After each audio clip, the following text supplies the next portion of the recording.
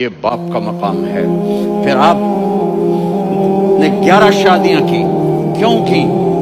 سنو حدیث، ما تزوجت وما زوجت الا بوحی من السماء نزل به جبریل، کہ میرے ساتھیوں سنو، اللہ کی قسم میں نے کوئی شادی اپنی مرضی سے نہیں کی، میرے اللہ نے فرمایا یہاں کرو، میں نے کی۔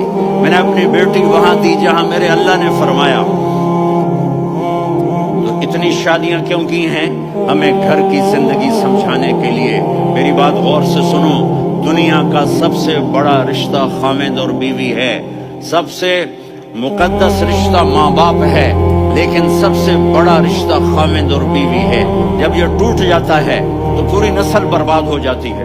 اس لیے آپ نے زندگی گزار کے دکھائی۔ آپ گھر میں جھاڑو دے رہے ہیں، آپ آٹا گوندھ رہے ہیں، آپ حضرت عائشہ کو لقمے بنا کے کھلا رہے ہیں، اور حضرت عائشہ کی دلداری کے لیے فرما رہے ہیں، عائشہ سننا حدیث طبرانی کی، عائشہ انہو لیہون علی الموت ان اریتک زوجتی فی الجنہ۔ عائشہ مجھے جب سے پتا چلا ہے نا کہ تو جنت میں میری بیوی ہے، تو مجھے تو مرنے کا شوق لگ گیا ہے۔ اللہ کی قسم ہمیں سکھانے کے لیے تھا۔